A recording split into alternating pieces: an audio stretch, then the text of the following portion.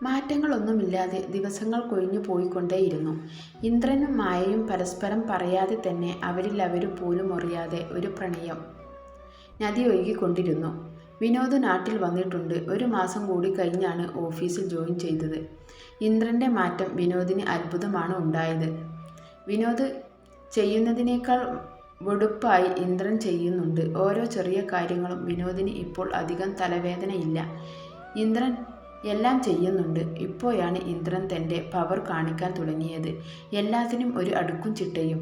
ഇന്ദ്രൻ്റെ കൂടെ നിഴലായി മായയുണ്ട്. ഇന്ദ്രൻ എന്തു കാര്യങ്ങളും മായയോട് ചോദിക്കും. എല്ലാത്തിനുമുള്ള സൊല്യൂഷൻ മായയുടെ കയ്യിലുണ്ട്. അത് ആരെക്കാളും കൂടുതൽ ഇന്ദ്രൻ അറിയാം.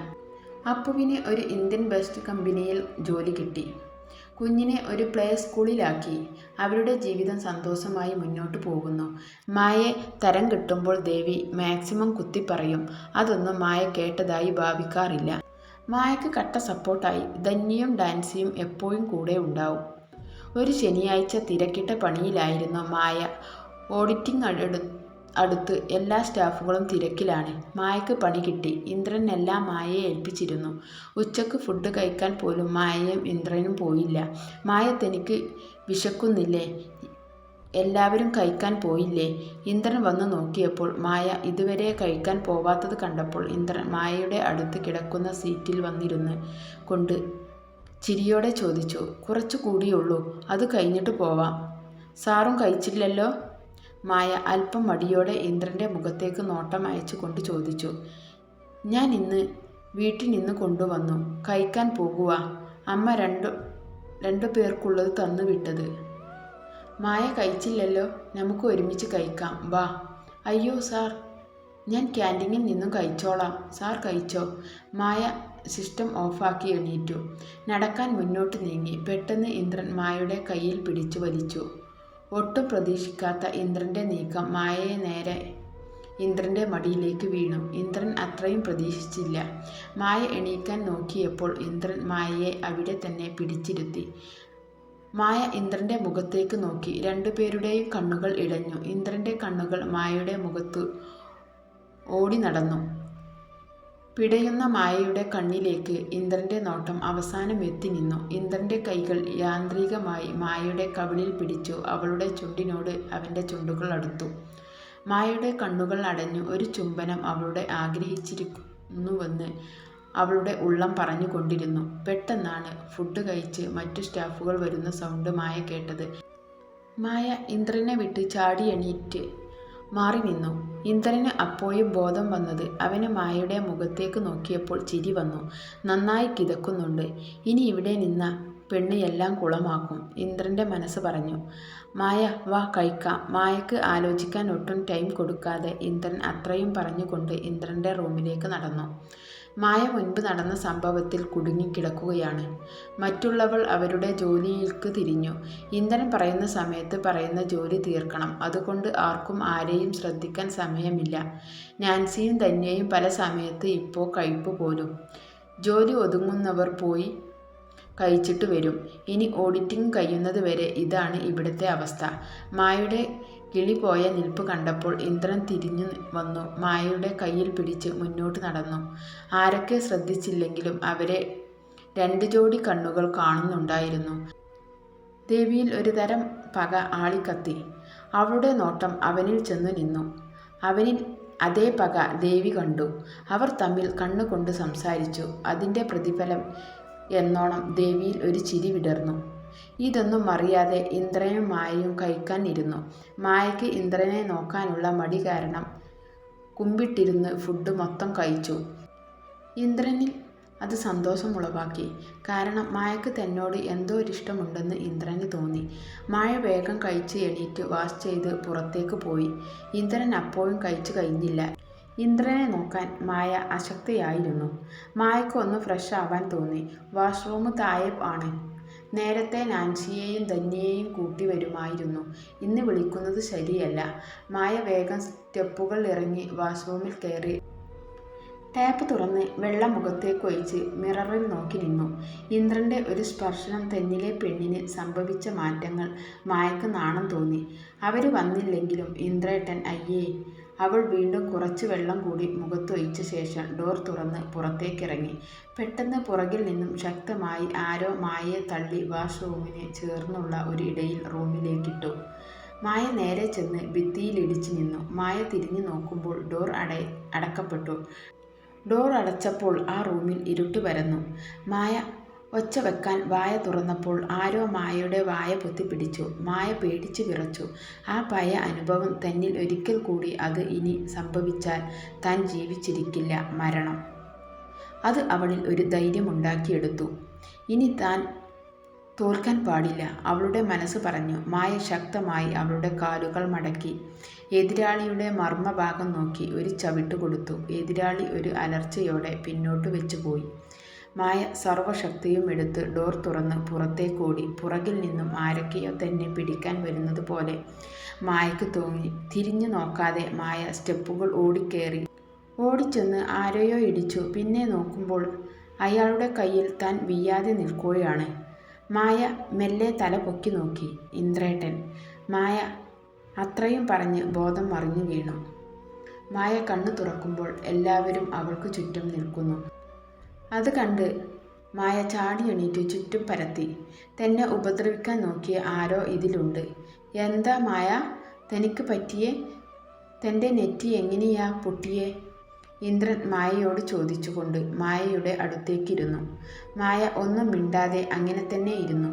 എല്ലാവരോടും ഇതേപ്പറ്റി പറയാൻ മായയ്ക്ക് വിഷമം തോന്നി. മായ ഒന്ന് കിടക്കട്ടെ, നിങ്ങൾ പൊയ്ക്കോളൂ.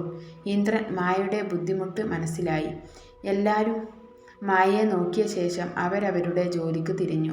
അപ്പോഴാണ് മായ നോക്കുന്നത് താൻ ഇന്ദ്രൻ്റെ ഓഫീസ് റൂമിൽ ബെഡിലാണ്. മായ എണീറ്റ് പോവാൻ നോക്കിയപ്പോൾ ഇന്ദ്രൻ പിടിച്ചിരുത്തി.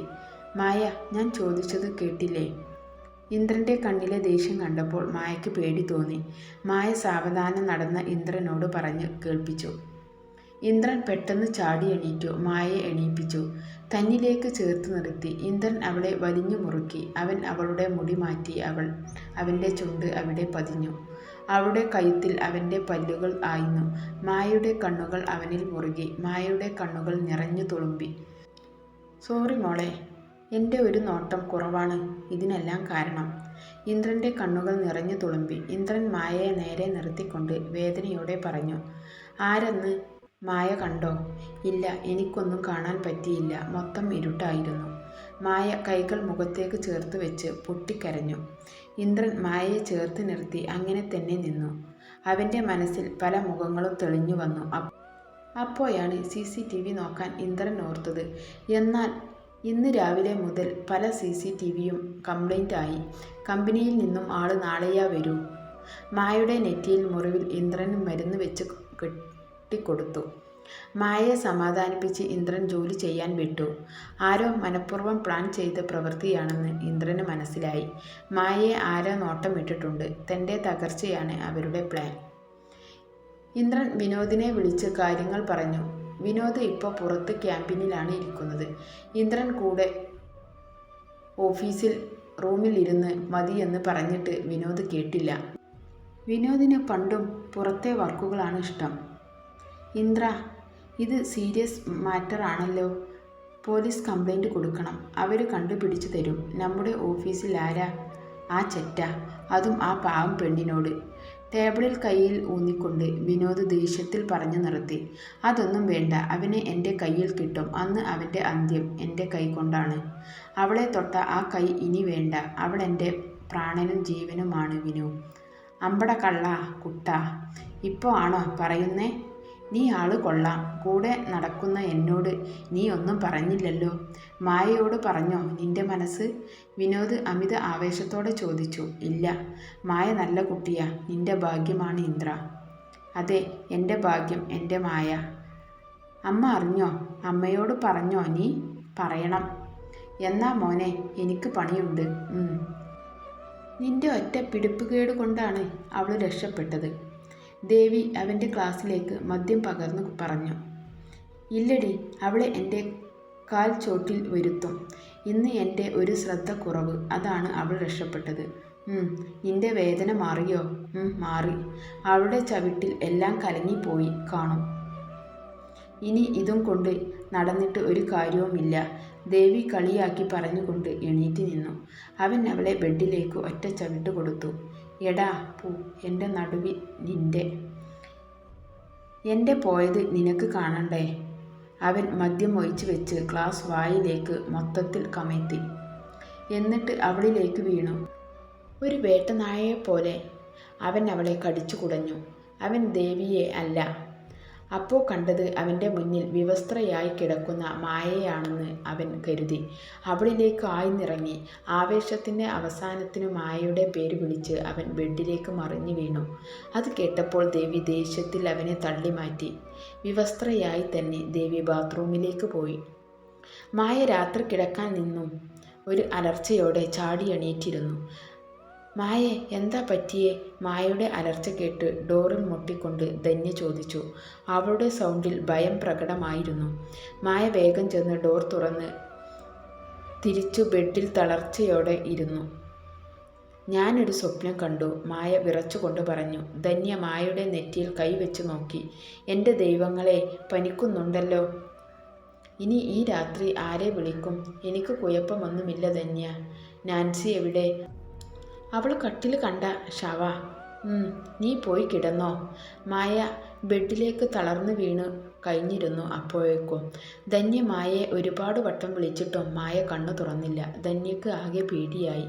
ധന്യ ഓടിപ്പോയി നാൻസിയെ വിളിച്ചുണർത്തി. നമ്മുടെ ഇന്ദ്രൻ സാറിനെ വിളിക്കാം. നാൻസി വേഗം ഫോണെടുത്തു. ഇന്ദ്രൻ ഡയൽ ചെയ്തു. ഇന്ദ്രന് ഉറക്കമില്ലാതെ കിടക്കുകയായിരുന്നു. മായയുടെ അവസ്ഥ അവനെ ആകെ തളർത്തിയിരുന്നു. മായയെ ഒന്ന് വിളിക്കാൻ ഇന്ദ്രന് തോന്നി. ടൈം ഒന്നും നോക്കാതെ ഫോൺ എടുത്തു. കയ്യിൽ പിടിച്ചപ്പോഴാണ് ഇന്ദ്രൻ ഫോൺ റിങ് ചെയ്യുന്നത്. ഒറ്റ റിങ്ങിൽ തന്നെ ഇന്ദ്രൻ കോൾ അറ്റൻഡ് ചെയ്തു. നാൻസി ഒറ്റ ശ്വാസത്തിൽ മായയുടെ അവസ്ഥ ഇന്ദ്രനെ അറിയിച്ചു.